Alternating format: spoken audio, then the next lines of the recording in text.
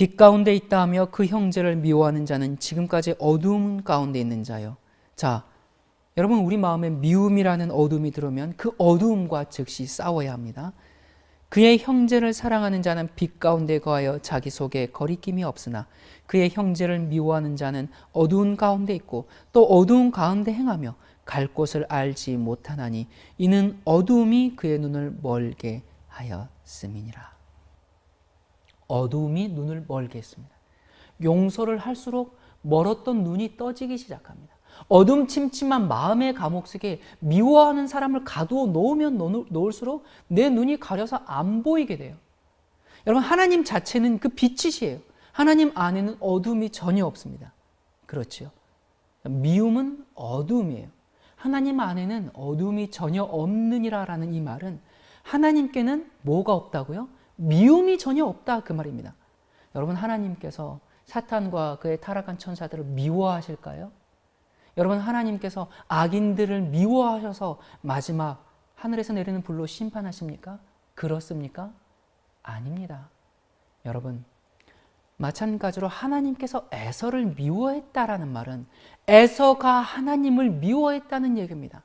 사랑의 하나님께서 그것을 책임지시는 부모님의 모습으로 내가 그랬다라고 말씀하시는 것입니다. 여러분, 우리 하나님은 이런 분이세요. 여러분, 이런 하나님을 섬기시기 바랍니다. 바알 같은 하나님이 아니라 너 이거 해, 너 왜 이거 안 해, 너 저거 해, 왜 내 말 순종 안 해, 너 복 받고 싶고 이거 해. 그게 아니고요. 자식을 낳은 책임, 인간을 창조한 그 부모로서의 책임을 온 몸으로 감당하시는 하나님. 내가 책임질게, 말로만 책임진다가 아니라 그 책임을 지시고자 이 땅에 오셔서 가장 낮은 곳에서 우리를 섬기시고 십자가에 달리신 주님, 그런 하나님 아버지의 모습을 우리는 성경을 읽을 때마다 곳곳에서 발견하게 되는 것입니다. 제가 한 가지 이야기만 하고 마치도록 하겠습니다. 엄마, 시장이 장사 갔다 올 테니 밥 꼭 챙겨 먹고 학교 가거라. 장날엔 좋은 자리를 맡기 위해 평소보다 일찍 나서야 한다. 장사를 가시는 어머니의 모습을 보고도 잠을 자는 척했다. 이 지겨운 가난, 난 항상 이 가난을 증오했다. 그리고 언젠가는 벗어나고 말리라는 다짐을 굳히곤 했다. 내가 학교 가는 길, 시장 저 귀퉁에서 나무를 팔고 계시는 어머니의 모습이 보인다. 어머니가 나를 발견할까 봐 얼른 도망친다. 우리 부모님은 예전에 막노동을 하셨다고 한다.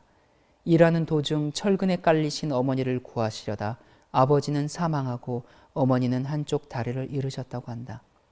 일을 가시지 못하는 어머니는 나무를 캐서 팔곤 하셨다. 난 항상 들판에 절뚝거리며 나가시는 어머니가 싫었고 밤새 다듬으시는 모습도 싫었다. 더군다나 시장 한 귀퉁이에서 쪼그리고 앉아 지나가는 사람들에게 구걸 비슷하게 장사를 하는 것도 마음에 들지 않았다. 집에 돌아오니 퉁퉁 부은 다리 한쪽을 주무르시며 나무를 다듬고 계신다. 나를 보자 어머니는 기쁜 낯으로 3,000원을 주신다. 난 그 돈을 보자 화가 치민다.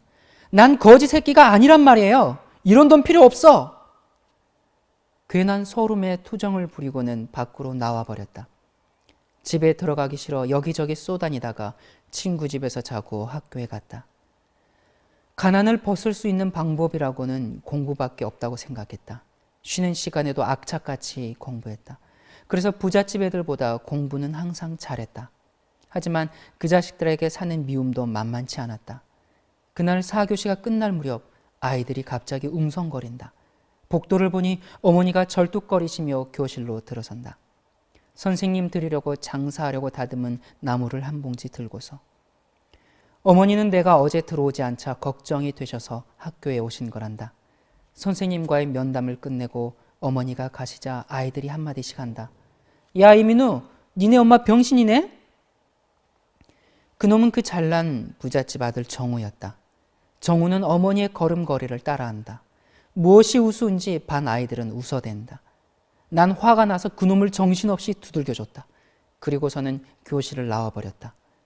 저녁 무렵 집에 가니 집 앞에 잘 차려입은 여자와 정우가 어머니에게 소리를 지르고 있었다. 아니, 애비 없는 자식은 이래도 되는 거야? 못 배우고 없는 티 내는 거야 뭐야? 자식 교육 좀 잘 시켜. 어디 감히 우리 집 귀한 자식 얼굴을 이렇게 만들어놔. 어머니라는 작자가 병신이니 자식 정신이 온전하겠어? 어머니는 시종일관 죄송하다는 말뿐이다. 난 그러는 어머니의 모습이 더욱 싫었다. 집에 들어가도 어머니는 아무 말씀 없으시다. 난 어머니에게 톡 쏘는 한마디를 했다. 다시는 학교에 오지 마. 창피해서 죽는 줄 알았어. 그래, 미안하다. 안 가려고 했는데 네가 걱정이 돼서. 난 차라리 엄마가 없었으면 좋겠어. 난 해서는 안 될 말을 해버렸다. 슬픔을 보이시는 어머니를 못 본 척하며 자는 척했다. 난 꼭 성공할 거야. 밤새 이렇게 이를 악물고 외쳤다. 하굣길에 길 모퉁이 배춧가게 쓰레기통에서 배춧잎들을 주워 모으시는 어머니를 봤다. 난 모른 척 얼른 집에 들어와 버렸다. 그날 저녁 배춧국이 밥상에 올라온다. 이 배추! 난 소리를 질렀다. 어머니께서는 아무 일도 아니라는 듯 배춧가게 아저씨가 팔다 남은 거라고 버리기 아까우니 가져가서 너 국 끓여주라고 하더구나. 어머니의 말에 난 또 화가 나기 시작했다. 정말로 난 거지 자식이 되어버린 것만 같았다. 나를 이렇게 비참하게 하는 어머니가 너무도 싫었다. 지나고 보니 그날은 어머니 생신이었다. 집을 떠나 서울에서 대학을 다녔다. 어머니는 어떻게 돈을 마련했는지 학비를 대주셨지만 대학을 다니면서부터 한 번도 집에 가지 않았고 전화도 하지 않았다. 불구인 어머니가 부끄러워서 혼자 공부했다고 속여 결혼도 했다.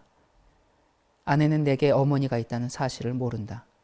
아이가 돌이 되었을 때 사진 한 장을 보내드렸다. 난 로펌이라고 하는 대기업 변호사가 되었다. 가정도 꾸리고 풍요로운 생활에 어머니를 잊고 살았다.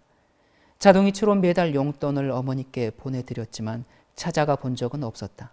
아니, 어머니라는 존재를 잊고 살려고 노력했다는 해석이 옳을지 모르겠다.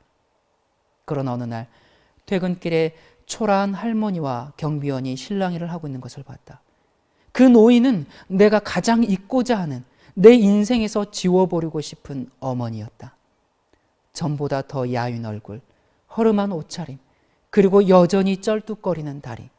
어머니는 나를 보자 기뻐하신다. 민우야, 많이 좋아졌구나. 난 어이없다는데 사람 잘못 보셨습니다. 차갑게 한마디 한다. 뭐가 모자라서 나에게 온단 말인가? 그동안 생활비로도 모자란단 말인가? 민우야. 어머니의 떨리는 목소리를 뒤로하고 아저씨, 제가 모르는 사람이에요 하고 엘리베이터를 탔다. 그 후 한 달 동안 난 악몽에 시달렸다. 어머니가 내 자식을 데리고 도망가는 꿈이었다. 할 수 없이 다시는 되돌아가기 싫은 고향 시장 골목을 찾아갔다. 시장 한 귀퉁이에서 여전히 나무를 팔며 기침을 하시는 어머니의 모습이 보인다. 나무를 사려는 한 아주머니가 묻는다. 할머니는 자식이 없나요? 아니요. 우리 아들이 서울서 큰 회사 다녀. 자꾸 나보고 같이 살자고 하는데 내가 싫다고 했어. 내가 살면 얼마나 산다고 자식 신세를 져. 난 이게 편해. 요즘도 자꾸 올라오라는 거 뿌리치느라고 혼났구만. 우리 아들 같은 아이 세상도 없어. 우리 아들이 효자야, 효자. 암 효자지.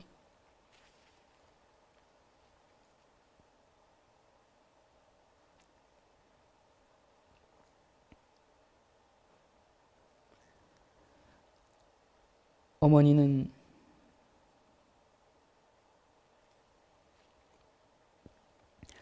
자식 자랑에 기분이 좋았는지 나무를 많이도 넣어드린다.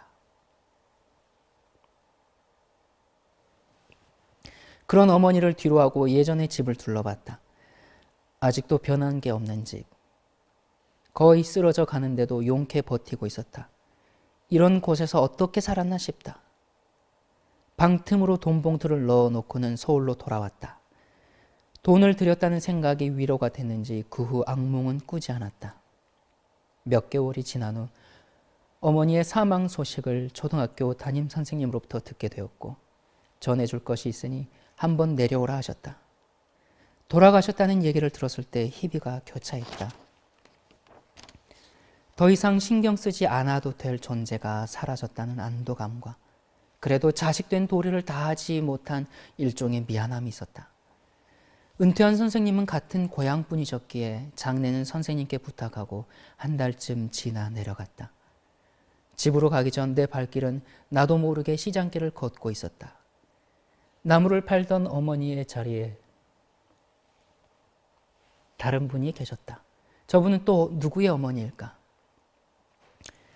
30년 만의 만남인데 선생님은 나를 알아보셨다.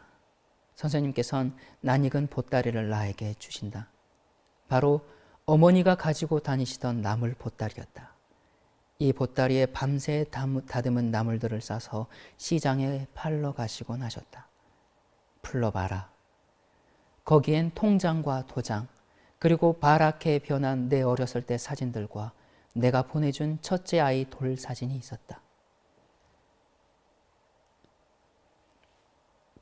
사진들은 눈물 자국 때문인지 군데군데 젖어 말라 있었다. 통장은 내 어머니가 너에게 주시는 마지막 선물이다. 혹시나 내가 성공하지 못하면 다른 사업을 할 수 있도록 모아두신 돈이란다.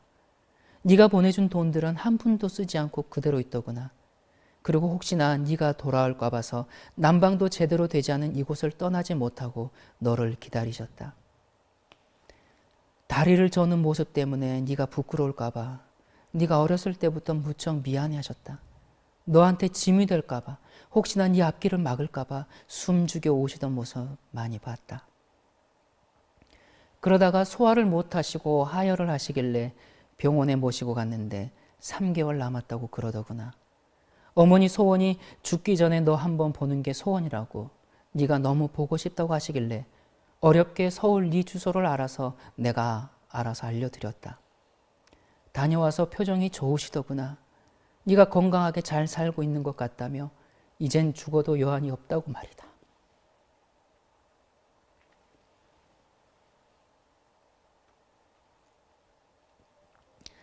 이제 그만 쉬시라고 했는데도 돌아가시는 날까지 나무를 파시더구나.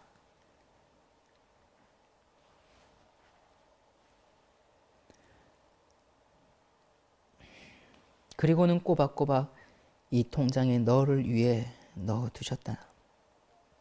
내가 가끔 어머니의 말동무가 되어드렸다. 그래서 나에게 이걸 부탁하더구나. 그리고 선생님은 뜸을 들이시다가 계속 말을 이으셨다. 늦게 얻은 자식이라 얼마나 기뻤는지 모른다고 했다. 어린 나를 집에 혼자 둘 수 없어 항상 나를 공사판에 데리고 다니셨는데, 그러던 어느 날 무너지는 철근 밑에 있는 나를 보고 어머니가 뛰어드셨고, 아버지도 어머니와 나를 구하기 위해 몸을 던지셨다고 한다. 그 사고로 아버지는 돌아가시고 어머니는 한쪽 다리에 장애를 입으셨다고 한다. 그러니까 난 아버지의 목숨과 어머니의 다리로 살아난 운 좋은 놈이라고 한다. 주위에선 혼자가 된다다가 다리마저 불편하신 어머니께 고아원에 보내라고 하셨다 한다. 하지만 어머니는 나를 자신의 목숨보다 소중히 여기시며 지극정성으로 키우셨다고 한다. 돌아가신 어머니의 사진이 잔잔한 미소를 보이고 있다. 이런 자식마저도 어머니는 사랑하시나 보다. 그 난 시간이 날 때마다 시장통을 들린다. 혹시나 어머니가 나무를 파시고 계실 것 같은 착각의 말이다. 어머니가 살아계실 때 이 시장 골목을 찾아왔더라면 얼마나 기뻐하셨을까.